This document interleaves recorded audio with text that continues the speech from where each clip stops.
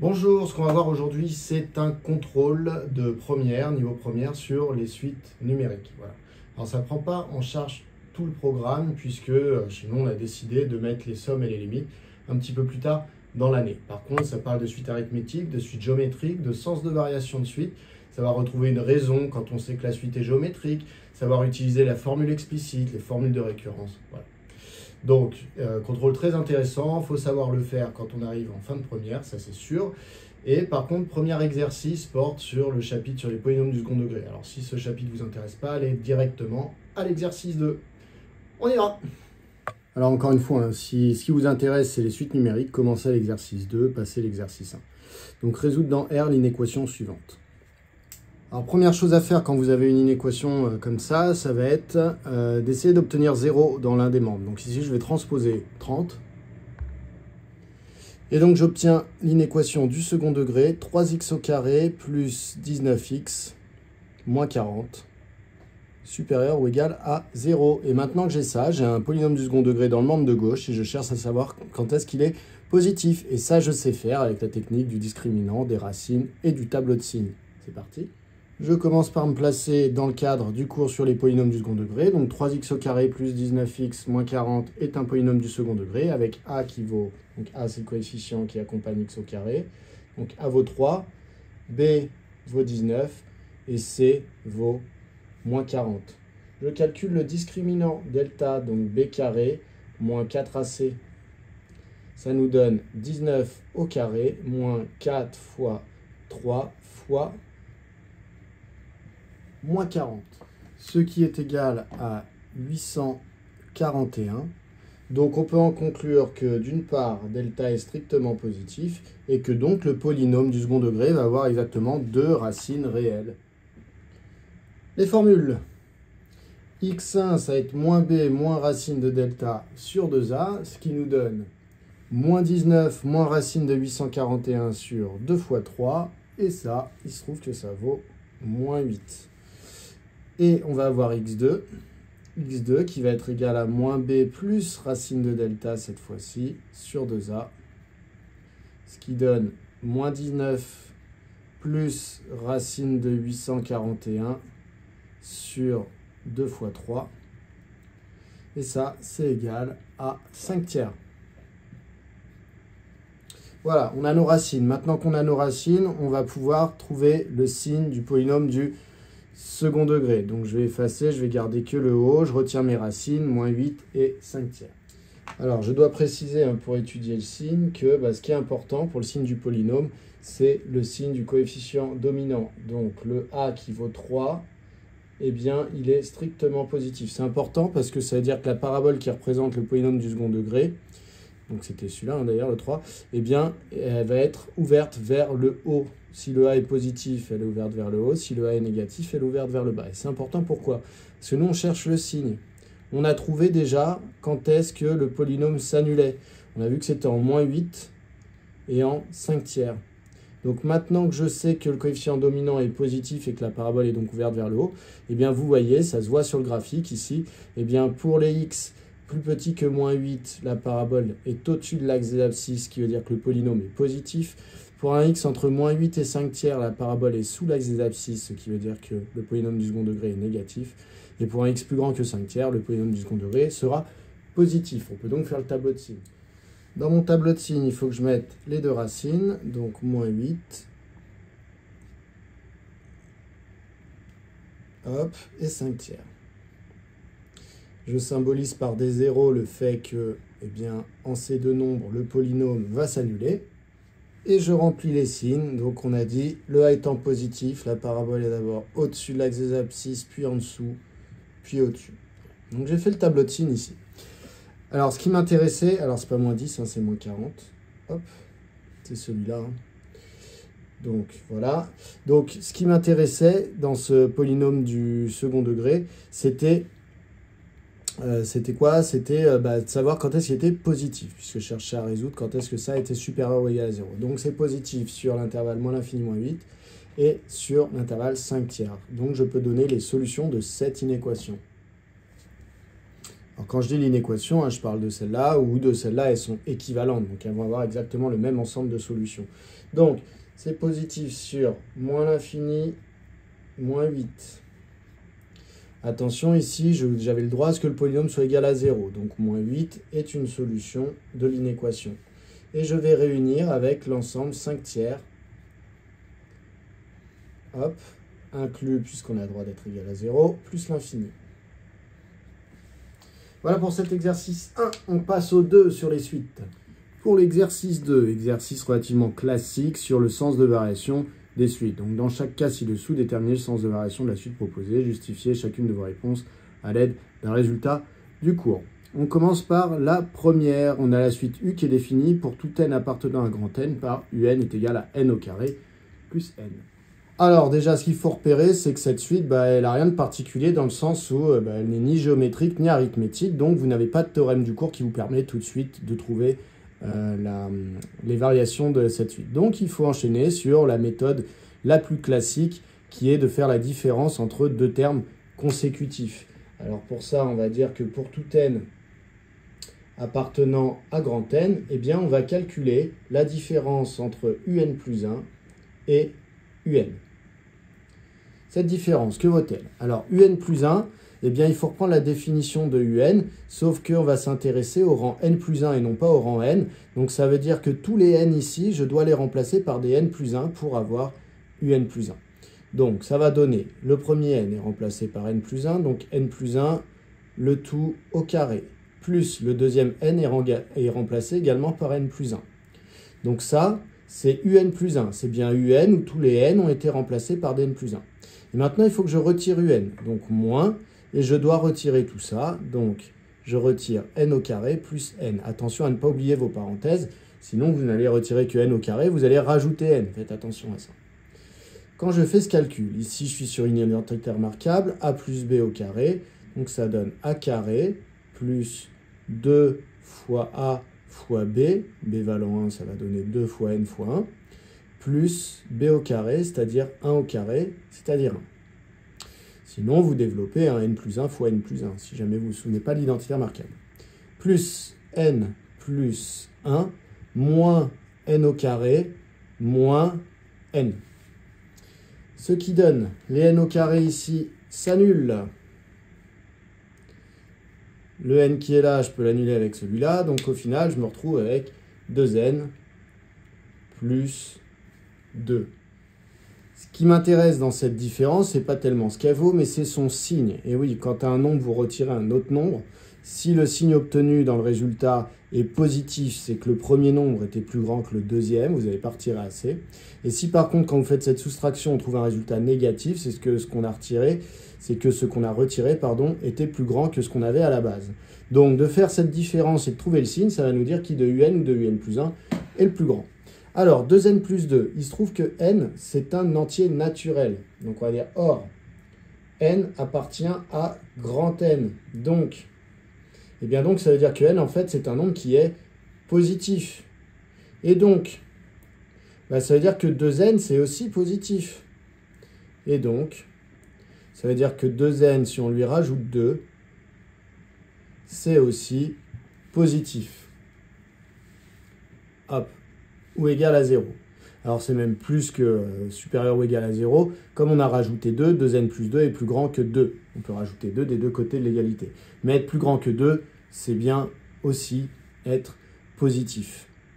Donc voilà, donc on a justifié que ça c'était positif, on va le dire. Donc pour tout n appartenant à grand N, eh bien un plus 1 moins un est supérieur ou égal à 0. Ce qui veut dire que un plus 1 était plus grand que un. Vous pouvez voir aussi, en retransposant un ici, ça a donné un plus 1 plus grand que un. Donc ça veut dire que le terme un plus 1 est plus grand que le terme un, tout le temps. Ça veut dire que les termes sont de plus en plus grands. Donc finalement, on peut conclure que eh bien, la suite U est croissante. La deuxième suite, la suite V. On nous dit V est une suite arithmétique de raison R comprise entre 0 et 1. Alors, celle-là, elle est arithmétique. Donc, on a des résultats du cours qui existent sur les suites arithmétiques. Quand on a une suite arithmétique, la raison, je vous rappelle, c'est le nombre qu'on va rajouter systématiquement pour passer, par exemple, de V0 à V1, on va rajouter R. De V1 à V2, on va rajouter R. Et on rajoute R comme ça, systématiquement, pour passer d'un terme au suivant. Donc, c'est assez intuitif. Si on rajoute un nombre qui est positif, eh bien les valeurs de la suite ici vont augmenter.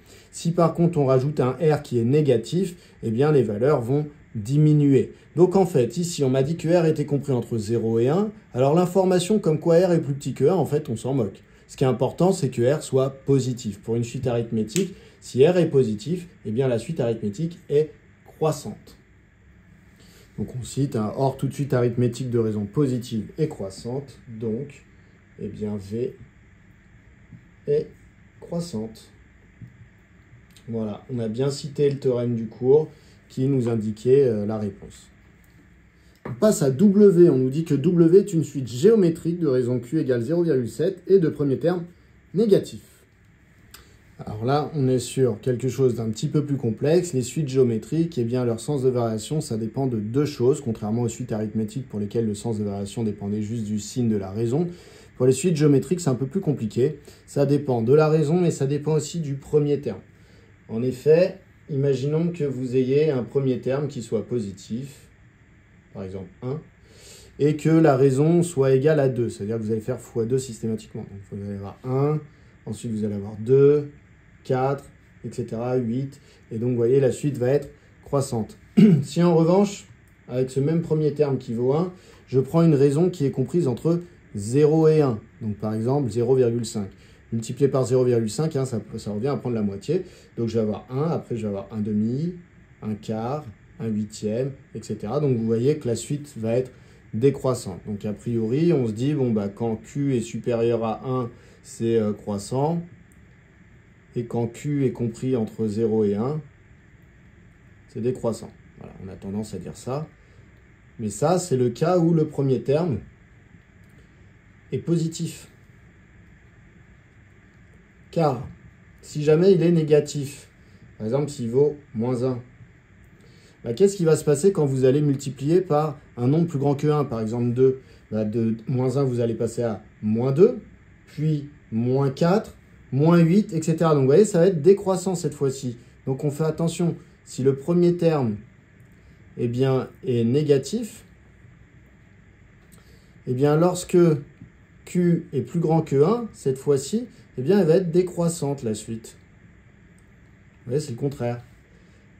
Par contre, si Q est entre 0 et 1, donc par exemple 0,5 comme on a pris, eh bien, ça va prendre la moitié à chaque fois. Donc, moins 1 fois 0,5, moins 1 demi, fois 0,5, moins 1 quart, etc., etc. Et vous voyez, du coup, les valeurs de la suite augmentent.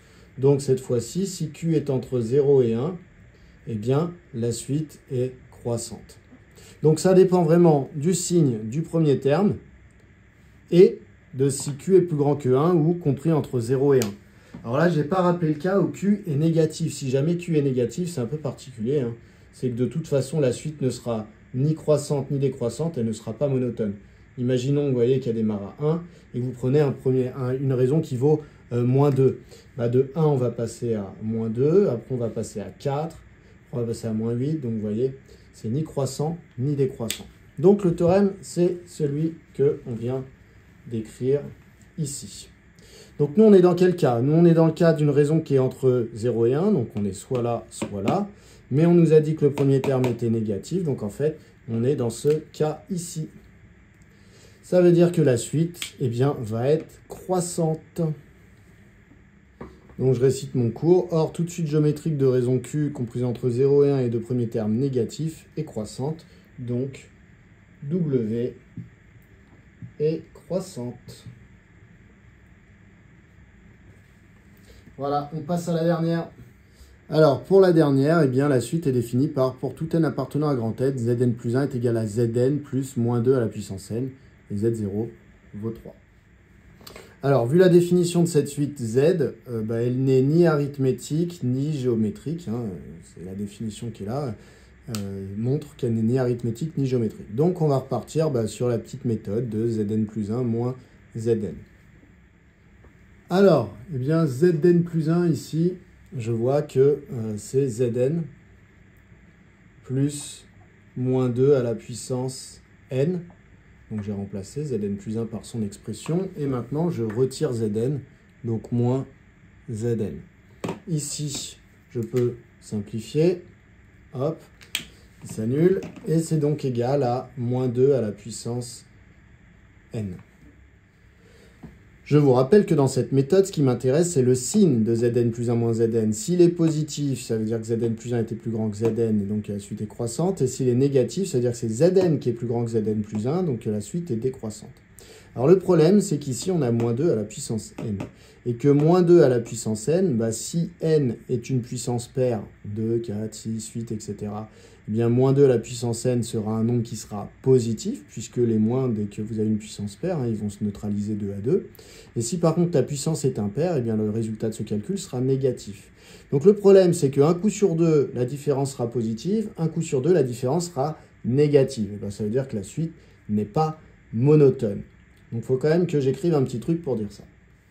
Alors, si n est pair, alors moins 2 puissance n est positif, et si n est impair, alors moins 2 à la puissance n sera négatif. Voilà. Donc, ça veut dire que la suite z n'est pas monotone. Voilà, on passe à l'exercice suivant. Alors, dans cet exercice 3, on nous dit dans chacun des cas ci-dessous, déterminer si la suite proposée est arithmétique ou géométrique, et préciser sa raison et son premier terme. Justifiez chacune de vos réponses en reconnaissant une formule du cours qui devra être mise en évidence. La première, pour tout n appartenant à grand N, un plus 1 est égal à un sur 4 et u0 est égal à 7. Alors, ici, on se rend compte, alors il y a deux choses. Quand on a une formule de récurrence comme ça, c'est-à-dire que n plus 1 est exprimé en fonction de un, et qu'on nous dit que c'est arithmétique ou géométrique, soit on a quelque chose de la forme un plus 1 est égal à q fois un, donc on a un qui est multiplié par un nombre, ça donne un plus 1 et c'est géométrique, soit on a un plus 1 qui est égal à un plus un nombre, et dans ce cas-là, c'est une suite arithmétique de raison les nombres qu'on rajoute. Ici, on voit qu'un est divisé par 4. Alors, divisé par 4, ça revient à avoir multiplié un par un quart. Donc, en fait, ici, ça nous donne un quart de un. Donc, finalement, on est sous cette forme-là. Donc, on peut conclure que la suite u, elle est géométrique de raison un quart. Voilà, et donc on a bien précisé la forme ici du cours, un quart fois un. On a bien montré qu'on avait reconnu cette écriture-là. On passe au deuxième. Pour le deuxième, on a pour tout n appartenant à grand N, Vn qui est égal à 12 sur 5 fois 4 puissance n. Alors, cette fois-ci, là, j'ai face à moi une formule explicite, c'est-à-dire que Vn est exprimé en fonction de n. Tout à l'heure, un plus 1 était exprimé en fonction de n, on avait une formule de récurrence. Ici, on a Vn qui est exprimé en fonction de n, c'est une formule explicite. Alors, pour les formules explicites, si jamais la suite est géométrique, on va avoir Vn qui va être égal à V0 fois Q puissance n. Si la suite est arithmétique, on va avoir que Vn est égal à V0 plus la raison que je vais avoir ajoutée n fois, donc R fois n.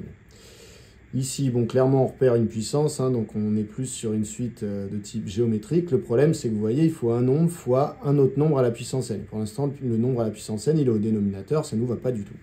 Donc, il faut imaginer une nouvelle écriture.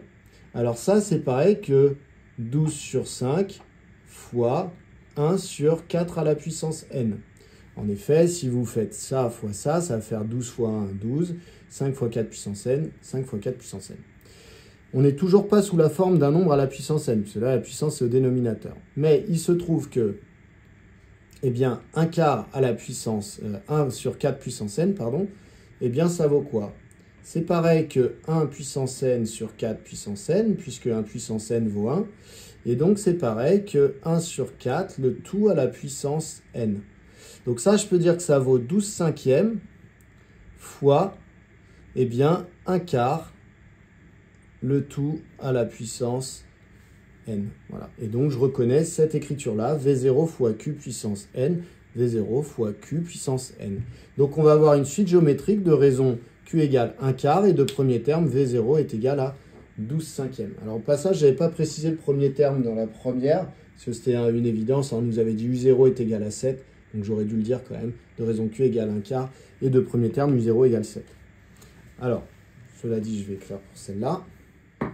V géométrique de raison Q égale 1/4 et de premier terme V0 est égal à 12 cinquièmes. On passe à la troisième et dernière. Donc pour tout n appartenant à grand N, Wn est égal à n sur 2 plus 5. Là encore, on est sur une formule explicite. Wn est exprimé en fonction de n. On voit que le n n'est pas dans la puissance, donc on va plutôt être sur une suite arithmétique.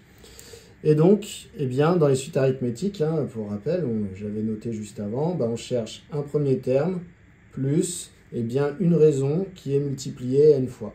Donc en fait, on cherche un nombre plus un autre nombre fois n. Donc un nombre plus un autre nombre fois n. Donc là encore, eh bien, le nombre fois n, ça va être 1 demi qui va multiplier n plus 5. Donc W0 au premier terme, c'est 5. Et le nombre qui multiplie n, c'est la raison. Donc la raison vaut 1 demi. Donc W est arithmétique de raison R est égal à 1 demi. Et de premier terme, W0 est égal à 5. Voilà qui vient conclure cet exercice 3. On passe au 4.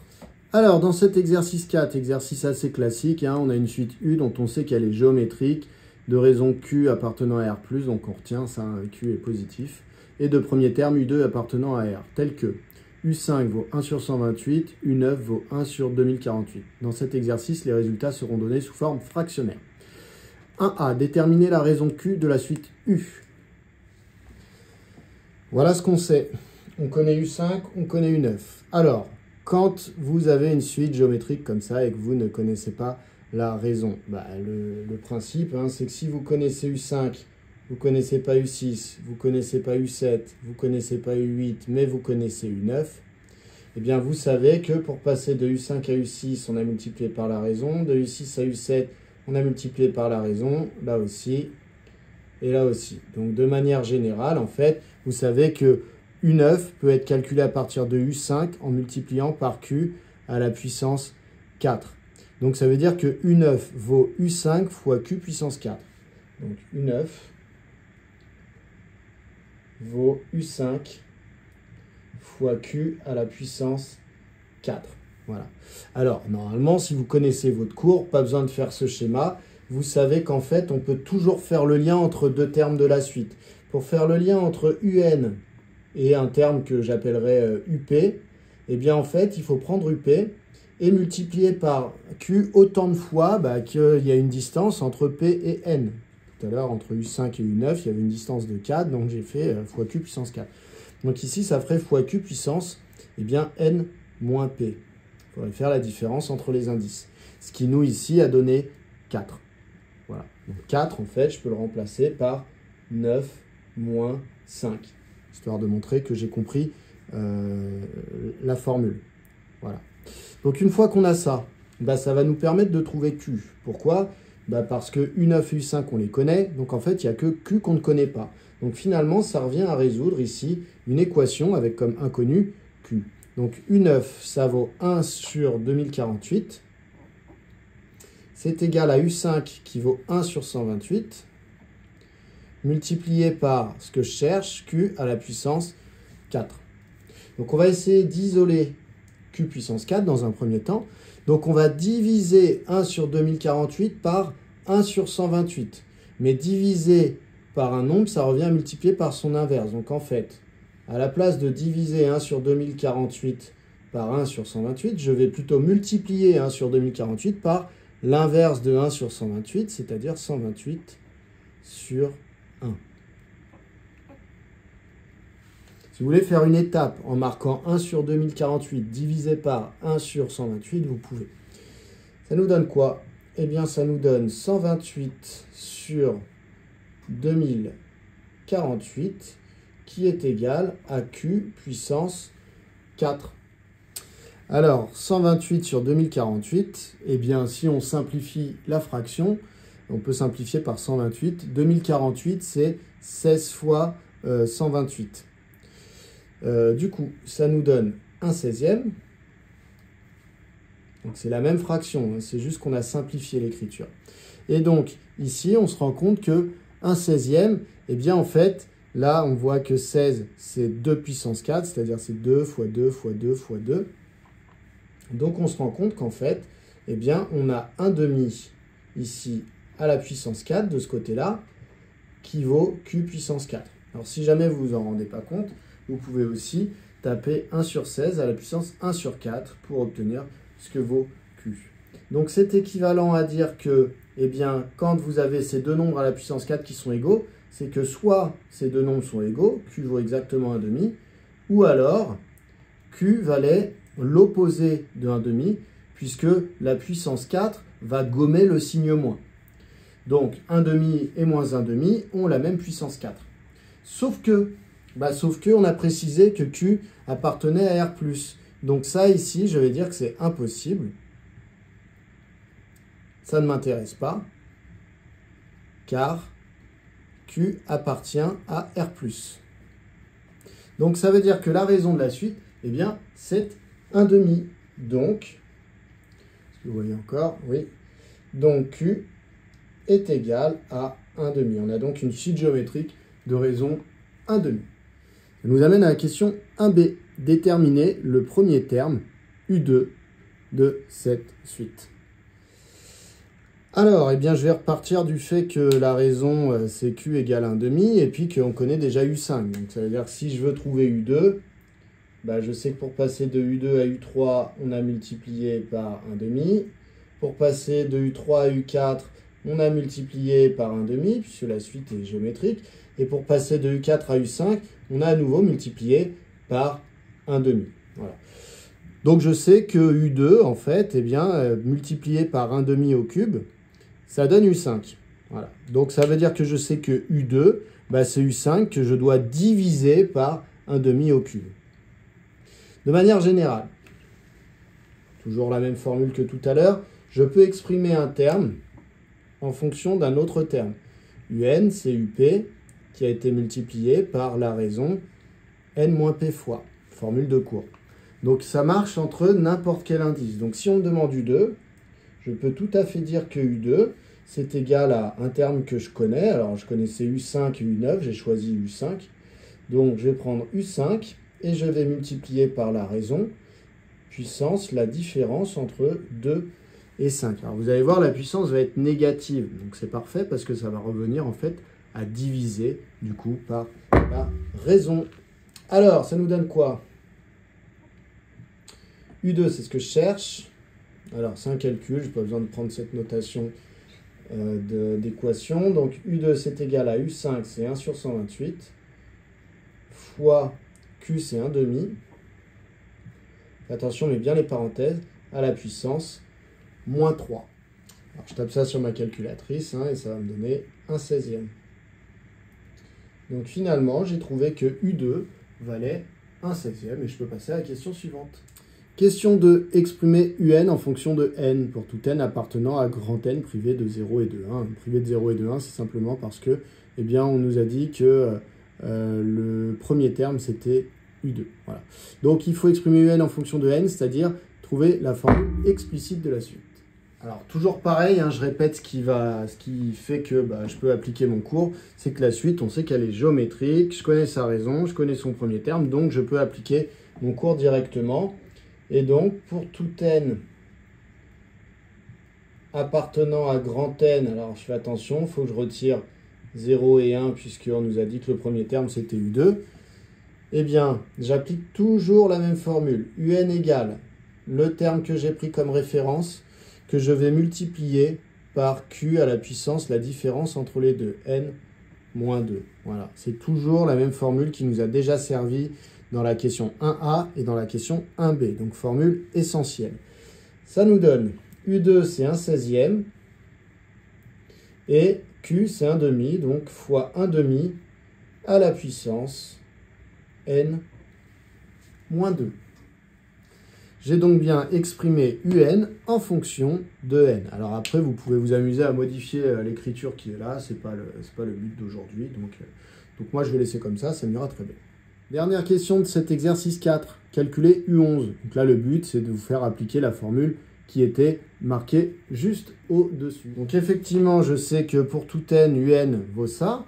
Donc, question 3, je peux calculer U11. U11, je vais appliquer cette petite formule, donc ça fait 1/16e fois 1 demi à la puissance, eh bien 11 moins 2. Donc à la puissance 9. Donc ça fait 1 demi, 1 16e, pardon, fois 1 demi à la puissance 9. Ça, je tape sur ma calculatrice et je trouve 1 sur 8192. Voilà, ça vient conclure cet exercice 4. On passe au dernier du contrôle. Exercice 5, on nous dit un gâteau sort du four à une température de 210 degrés Celsius et est entreposé dans une pièce à 25 degrés Celsius.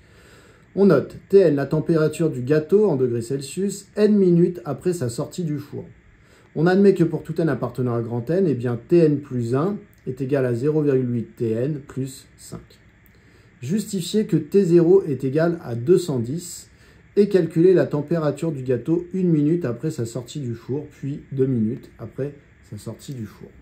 Alors pour justifier que T0 vaut 210, en fait, il faut comprendre ce que représente T0. T0, ça correspond à la température du gâteau après 0 minute hors du four. Donc en gros, c'est au moment où on sort le gâteau du four. Donc il est assez logique de penser que la température du gâteau sera la température du four lui-même, puisqu'il était dans le four. Donc or le four est à 210 degrés Celsius et le gâteau est à la température du four. Donc eh bien, ça veut dire que T0, on peut considérer que ça vaut 210. En tout cas, ce n'est pas aberrant de le penser. Donc ça, c'était la première question. Après, on nous a dit calculer la température après 1 minute, puis après 2 minutes. Alors, pour ces deux questions, il va falloir que je me serve de la formule qui m'a été donnée dans l'énoncé. On m'a dit que pour tout n appartenant à grand N, eh bien, Tn plus 1 était égal à 0,8 Tn plus 5. Donc très bien, je vais faire mon petit calcul. Donc ça veut dire que ça me donne la température du gâteau 1 minute après, une température que je connais déjà. Donc moi je connais déjà T0, donc je vais pouvoir calculer T1. T1 est donc égal à 0,8 fois T0 plus 5, ce qui fait 0,8 fois 210 plus 5. Et si on fait ce calcul, eh bien on trouve 168 ici plus 5, donc 173 degrés Celsius. Donc ça veut dire qu'une minute après la sortie du four du gâteau, eh bien il est à 173 degrés Celsius. On me demandait également pour au bout de 2 minutes, donc T2 égale, là je reprends la même formule, sauf que pour avoir T2, il faut que je mette ici T1. Donc 0,8 fois T1 plus 5, ce qui fait 0,8 fois 173 plus 5. Et si je fais ce petit calcul, eh bien ça me donne 143,4 degrés Celsius. Alors le mieux, c'est quand même de faire une petite phrase réponse à chaque fois. Donc la température du gâteau 1 minute après sa sortie du four est de 173 degrés Celsius. Et ici, donc, la température du gâteau après 2 minutes après sa sortie du four est de 143,4 degrés Celsius. Je passe à la question 2.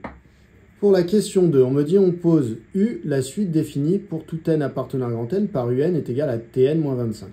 Montrez que U est une suite géométrique dont on déterminera la raison et le premier terme.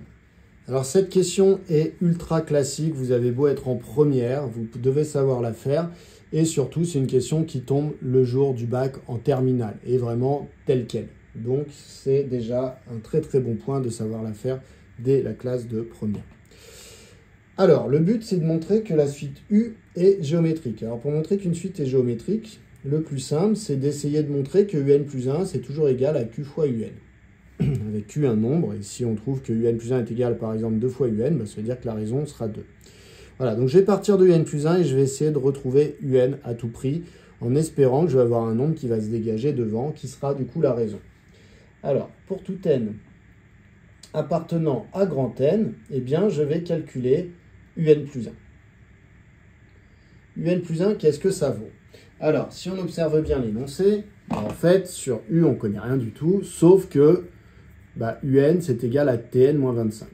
Alors, si UN, c'est Tn-25, ça veut dire que pour n'importe quel indice, par exemple, U5, c'est T5-25, U12, c'est T12 moins 25. U3000, c'était 3000 moins 25. Et donc, si je veux UN plus 1, bah, c'est Tn plus 1 moins 25. Donc, UN plus 1, je peux déjà remplacer par Tn plus 1 moins 25. Le but, je vous rappelle, c'est d'obtenir UN. Donc là, il y a deux choses qui ne vont pas. Déjà, moi, j'ai pas U, j'ai T. Et ensuite, l'indice N, bah, moi, j'ai N plus 1. Donc, il faut que je me débarrasse de l'indice et que je me débarrasse du T. Alors, comment faire? Et bien là encore, je regarde un petit peu mon énoncé et je m'aperçois que dans l'énoncé, j'ai Tn plus 1 qui est exprimé en fonction de Tn. Ça veut dire que si Tn plus 1 ici, je le remplace par sa formule de l'énoncé, c'est-à-dire 0,8 Tn plus 5, eh bien, vous voyez que déjà, j'aurai plus l'indice N plus 1 qui ne me plaisait pas, j'aurai un indice N qui est l'indice que je veux. Donc, je me dis, bon, bah, je suis plutôt bien parti. Donc, j'ai remplacé Tn plus 1 par son expression en fonction de Tn qu'on a déjà utilisé dans l'exercice. Je peux faire un tout petit peu de calcul, ça donne 0,8 Tn, et là, je me retrouve avec plus 5 moins 25, donc finalement, ça va donner moins 20. Maintenant que j'ai le bon indice, je vais essayer de m'occuper du nom de la suite. Là, j'ai T, moi, je veux U. Bon. Mais dans l'énoncé, on m'a défini la suite U comme étant définie pour tout n appartenant à grand N par UN est égal à Tn moins 25. Donc, vous voyez ici, je m'aperçois que UN égale Tn moins 25, ça veut dire que Tn, eh bien, lui, il vaut UN plus 25. Donc, ça veut dire qu'ici, je peux remplacer Tn par UN plus 25. Donc, c'est égal à 0,8 fois UN plus 25 moins 20. Alors là, je vais mettre une petite précision à côté. Je vais dire car UN est égal à Tn moins 25. Donc, bah, Tn vaut UN plus 25. Je continue. Alors, il y a deux méthodes pour faire ça, donc je vous en présente une. Je continue, ça va me donner 0,8 UN plus 0,8 fois 25 qui fait 20, moins 20. 20 moins 20, ça s'annule, je retombe sur 0,8 UN. Donc j'ai que UN plus 1 eh bien, est égal à 0,8 UN. Je suis bien arrivé à UN plus 1 est égal à Q fois UN. Donc là, je m'aperçois que la suite U est géométrique. De raison, Q est égal à 0,8 et de premier terme. Alors le premier terme, il faut le calculer. Alors cette formule-là ne peut pas me permettre de calculer le premier terme parce qu'il me permet de calculer un terme quand je connais le précédent. Donc ça ne peut pas me servir. Par contre, j'ai la définition de la suite U, toujours la même, ici, comme quoi UN est égal à Tn moins 25. Donc ça marche pour 0. Donc U0, ça va être T0 moins 25. Donc de premier terme, U0 égale T0 moins 25. Je vous rappelle que T0, c'était 210, parce que le four était à 210 degrés. Je retire du coup les 25 et je me retrouve avec 185. Je passe donc à la question 2b, qui est très souvent la question qui suit. Exprimer UN en fonction de n pour tout n appartenant à grand N. Donc je veux formule explicite pour la suite U. Alors là, c'est le moment de sortir son cours. Quand vous savez qu'une suite est géométrique, vous pouvez directement en déduire la formule explicite, qui est que pour tout n appartenant à grand N, eh bien, toujours la même formule, la même que dans l'exercice 4. Eh bien, vous avez que UN est égal à le premier terme, U0, que vous avez multiplié suffisamment de fois par la raison Q pour arriver au terme de rang N. Donc, suffisamment de fois, c'est N moins 0. C'est toujours la différence entre les deux indices. Soit vous écrivez N moins 0, soit vous laissez N comme ça, puisque c'est la même chose. Ce qui donne 185, ce U0 vaut 185, fois 0,8 à la puissance N, puisque Q est égal à 0,8. Voilà pour cette question 2b. Question 2c, en déduire que pour tout n appartenant à grand N, eh bien Tn vaut ça. Donc en gros, on me demande la formule explicite, mais ils sont sympas puisqu'ils me donnent la réponse. Donc ça va pouvoir me permettre de m'aiguiller un petit peu. Alors cette suite T, elle n'est pas géométrique, elle n'est pas arithmétique. Donc je ne peux pas faire comme avec la suite U, je ne peux pas lui appliquer directement le cours. Mais par contre, je sais que pour tout n appartenant à grand N, eh bien cette suite T, elle a un rapport avec la suite U, puisque on m'a dit que UN, c'était Tn moins 25. Donc, ça veut dire que Tn, c'est UN plus 25. Mais UN, je l'ai déjà exprimé en fonction de n. Donc il suffit que je remplace UN par ce que j'ai trouvé à la question précédente. Et le tour est joué. Donc 185 fois 0,8 à la puissance n plus 25. Et c'est exactement ce qu'on me demandait de trouver dans mon énoncé. Donc la question 2C est terminée. Question 2D. Calculer la température du gâteau 10 minutes. Alors il manque un mot. Après sa sortie du four. On arrondira le résultat à 10 moins 1 près. Alors là, le but, c'est de vous faire appliquer la formule qui est juste au-dessus. Donc 10 minutes après le gâteau, la température, c'est T10. Donc désormais, je vais pouvoir calculer T10 grâce à la formule explicite que je viens de trouver. Alors, T10, j'applique la formule qui est au-dessus. Donc c'est 185 fois 0,8 à la puissance 10 plus 25. Donc je prends ma calculatrice. On m'a dit de donner une valeur approchée à 10 moins 1 près, c'est-à-dire avec un chiffre après la virgule. Donc, je vais donner 44,9 degrés Celsius. Donc, ça veut dire que 10 minutes après la sortie du gâteau du four, eh bien, la température du gâteau est à 44,9 degrés Celsius environ. Voilà la petite phrase que vous devez faire. 3A. Déterminer le sens de variation de la suite T. Et on nous dit, pouvait-on prévoir ce résultat dans le contexte de l'exercice? Bon, on va regarder un petit peu ce qu'on va trouver pour le sens de variation de la suite T. Alors, sens de variation de la suite T, comme on l'a déjà fait plusieurs fois dans ce contrôle, on va calculer la différence entre deux termes consécutifs pour la suite T. Donc, Tn plus 1 moins Tn. Et puis, on va chercher à savoir si cette différence est positive ou négative. Encore une fois, si la différence est positive, c'est que Tn plus 1 était plus grand que Tn. Si la différence est négative, c'est que c'est ce qu'on a retiré qui était plus grand. Donc, c'est que Tn est plus grand que Tn plus 1. Voilà. Alors, on remplace Tn plus 1. Qu'est-ce que c'est? Alors, Tn, je vous rappelle qu'on a la formule qui était ici. Alors, on a deux formules pour Tn plus 1. On a la formule de récurrence. Je vous déconseille fortement de l'utiliser. Et la formule explicite. Alors, comment savoir que c'est la formule explicite qu'il faut utiliser? C'est à force de faire ce type d'exercice. C'est-à-dire qu'on sait qu'ici, avec la puissance, on va savoir s'en sortir sur ce genre de questions. Donc, on va utiliser cette formule. Donc, on a Tn plus 1 qui va être égal à, donc je remplace les n par Dn plus 1, 25 plus 185 fois 0,8 à la puissance n plus 1. C'est parti. Donc, 25 plus 185 fois 0,8 à la puissance n plus 1. Et je dois retirer, je dois retirer Tn. Donc, Tn, c'est pareil, je vais utiliser la même formule. Donc, moins 25 plus 185 fois 0,8 à la puissance n. Maintenant, je vais effectuer mes calculs parce que mon but, c'est de trouver le signe de cette expression. Et pour l'instant, ça ne me paraît pas évident.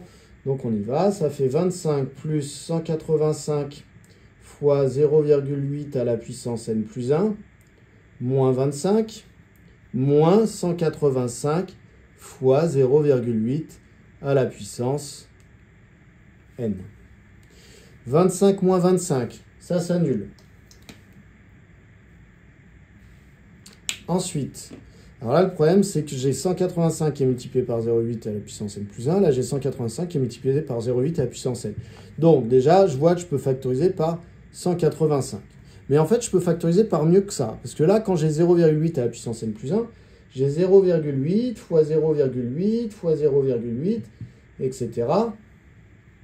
Et en tout, j'en ai combien des 0,8? J'en ai n plus 1. Donc, si j'en ai n plus 1 en tout, c'est que si je ne prends pas le dernier, j'en ai n. Et donc, en fait, quand je vois 0,8 à la puissance n, en fait, je vois que dans 0,8 puissance n plus 1, il y a bien 0,8 à la puissance n. C'est-à-dire que j'ai en fait 185 fois 0,8 à la puissance n, qui aurait été multiplié une fois de plus par 0,8. Donc ça, c'est les 0,8 à la puissance n, multiplié une fois de plus par 0,8. Ça fait bien 0,8 puissance n plus 1. À qui je vais retirer 185 fois 0,8 à la puissance n. Donc là, je vais pouvoir factoriser dans mon expression par 185 fois 0,8 à la puissance n, qui est dans les deux termes de ma soustraction. Donc c'est parti. Donc cette astuce, il faut la connaître, hein. C'est vraiment une astuce qui revient très très souvent. Donc il faut être à l'aise avec. Ça nous donne 185 fois 0,8 à la puissance n, facteur 2. Qu'est-ce qui me reste du premier terme? Il me reste 0,8. Qu'est-ce qui me reste du deuxième? En fait, il me reste 1. Alors, des fois, vous avez envie de ne pas mettre le 1. Mais regardez, il faut qu'à tout moment, je puisse redévelopper et retomber sur la ligne précédente. 185 fois 0,8 puissance n fois 0,8, je retombe là-dessus. 185 fois 0,8 puissance n fois moins 1, je retombe là-dessus. Si vous ne mettez pas le 1, vous ne retomberez pas dessus. Au final, ça donne 185 fois 0,8 à la puissance n fois moins 0,2. Donc, si jamais je veux écrire un tout petit peu mieux ce que ça donne, les deux nombres qui sont là, je peux les multiplier ensemble, ils n'ont pas de puissance. Donc, je peux faire 185 fois moins 0,2, ça donne moins 37. Donc, moins 37 fois 0,8 à la puissance n, et bien ça, c'est tn plus 1 moins tn.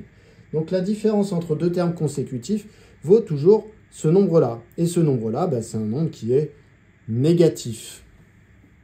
Alors, on le justifie en disant un petit quelque chose, hein. Ça, c'est un produit entre un nombre négatif et un nombre positif.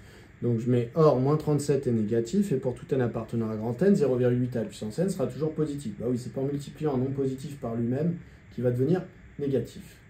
Donc, finalement, ça veut dire que tn plus 1 moins tn, est négatif. Donc, pour tout n appartenant à grand n, tn plus 1 moins tn est strictement négatif, ce qui veut dire que, on transpose ça, tn plus 1 est toujours plus petit que tn.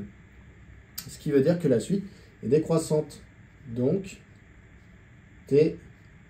la suite est décroissante. Alors, on nous disait, est-ce qu'on pouvait prévoir ce résultat dans le contexte de l'exercice? Là, il faut mettre une petite phrase qui dit, oui, on pouvait prévoir parce que T, ça représente la température du gâteau après sa sortie du four, sachant que le four est à 210 degrés et qu'on l'a mis dans une pièce à 25 degrés. Donc, on pouvait prévoir que la température du gâteau allait décroître. Voilà, donc il suffit de mettre une petite phrase comme ça pour finir cette question 3A. On passe à la 3B. Allez, courage, on s'approche de la fin. On relève la température du gâteau toutes les minutes. À l'aide de la calculatrice, déterminer la première minute à laquelle la température du gâteau passera en dessous de 30 degrés. Ok, donc on prend la calculatrice et il va falloir qu'on aille tracer la suite dans la calculatrice. Donc je vais sur suite, alors peut-être qu'il y a marqué séquence pour vous. Hop, je vais demander à ajouter une suite. Et là, alors attention, elle s'appelle U, mais ce n'est pas le U dans votre exercice, hein, vous c'est la suite T. Donc vous pouvez utiliser soit une formule explicite, soit une formule de récurrence. Je vais utiliser la formule explicite. Donc dans notre tête c'est T, hein, donc Tn. La formule explicite c'est que c'est 25 plus, on a dit quoi? On a dit 185 fois 0,8 à la puissance n. Voilà, je valide et je vais aller maintenant dans le tableur. Tac, tac, hop. Voilà, donc là j'ai des valeurs, je vois les températures ici qui diminuent en fonction des minutes. Alors, la question qui m'était posée, je vous rappelle, c'est à l'aide de la calculatrice, déterminer la première minute à laquelle la température du gâteau passera en dessous des 30 degrés. Alors là, ici, je peux essayer de descendre. Alors, le problème, c'est que... Hop. Et je m'aperçois que quand j'arrive à 10, je ne suis pas passé en dessous des 30 degrés. Alors, deux possibilités. Soit je continue à taper à la main et à valider, ça va me donner ce que je veux. Soit je vais dans régler l'intervalle et je demande plus de valeur pour n. Bon, moi si j'essaie comme ça, j'essaie pour 11, on n'est pas passé en dessous. Pour 12, on n'est pas passé en dessous. Pour 13, toujours pas. 14, toujours pas. Allez, je saute quelques étapes. 16, à 16 on est au-dessus. Je me dis qu'on va bientôt passer en dessous, donc j'essaie avec 17. Et 17, je m'aperçois qu'on est passé en dessous. Donc, ce que je vais faire, c'est que je vais recopier sur ma feuille eh bien, les deux valeurs ici charnières. Celle où on était au-dessus et celle où on vient juste de passer en dessous. Ne donnez pas que celle où on est passé en dessous, puisque rien ne justifierait que ce serait la première minute à laquelle on est passé en dessous. Si vous affichez que 17, peut-être qu'à la 16e, on était déjà en dessous de 30. Donc, on affiche pour 16 et pour 17. Voilà, donc la première minute à laquelle la température passera en dessous de 30 degrés est 17. Dernière question, recopier et compléter le programme suivant en langage Python afin qu'il affiche la réponse à la question précédente. Alors, je vous rappelle que l'algorithme veut répondre à la question précédente. La question précédente, c'était à quelle minute eh bien, la température est-elle passée en dessous de 30 degrés pour la première fois.